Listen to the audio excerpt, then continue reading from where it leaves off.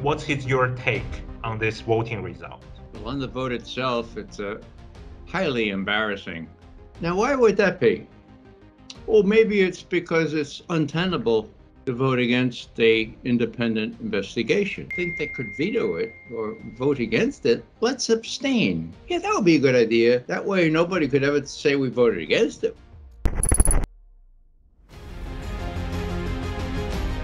So, what does President Biden do? He gets up at a press conference in the presence of the Chancellor of Germany, and he's asked about the pipeline, and he said, well, if the Russians invade, there's not going to be any pipeline, all right? There's no going to be pipeline. So the very courageous woman, reporter from Reuters, she says, but Mr. President, how are you going to do that?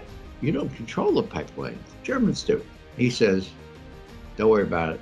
I promise you, there'll be no more pipeline. By the way, U.S. could sell lots of liquefied natural gas. Yeah, it's going to cost 6 or 7 times as much. Blinken didn't say this, but I'm saying 6 or 7 times as much as the cheap gas they got from Russia. And I think we'll finally get to the bottom of this, but it may take a long time. With respect to Cy Hirsch's article, I'd say maybe 3% of the Americans know about it. The main problem today is the blood-drenched arms trade, period. Now, the senators and the representatives all got up on their feet and they're clapping as well, and then they're all looking in their pocket to see if the last envelope from Lockheed is there. And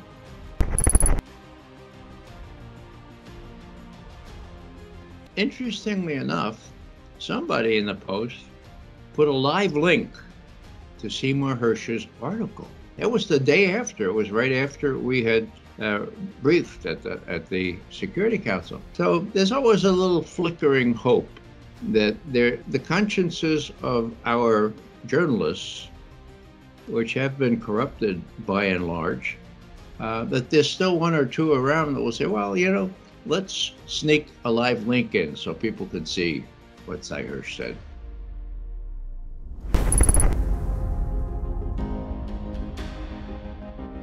These advisors we're talking about, you know, these people, Jacob Sullivan and Tony Blinken, they had already come to Anchorage, Alaska. They met by top policymakers from China, and I couldn't believe it. They adopted the old British imperialist attitude, saying, well, we have this rule. No, it's a rules-based international order, and you got to do what we say or else. That was pretty much, well, they got to come up, it's right there. But they didn't learn anything from it. They thought that China could be pushed around. He also said, in his first major speech, talked about China, gratuitously, this is just 2 months into his administration, he says, you know, China is seeking to be the most powerful superpower in the world. That's not going to happen on my watch. Well, I'm sitting there watching this on TV. I say, well, why not? I mean, can't we just get along? Why can't we just share these things rather than dominate always?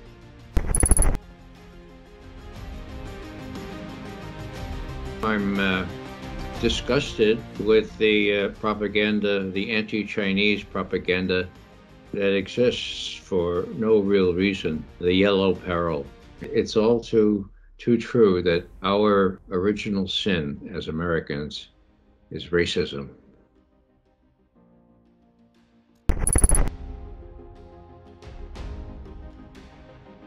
I think in Confucian ethics, it comes across as, well, you don't do anything to somebody else that you wouldn't want to have done to you, okay?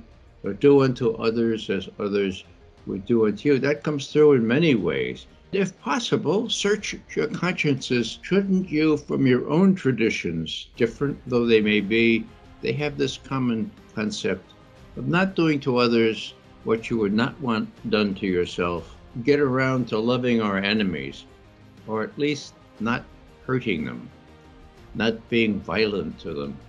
then we'll never get out of the messes such as we have created in Ukraine.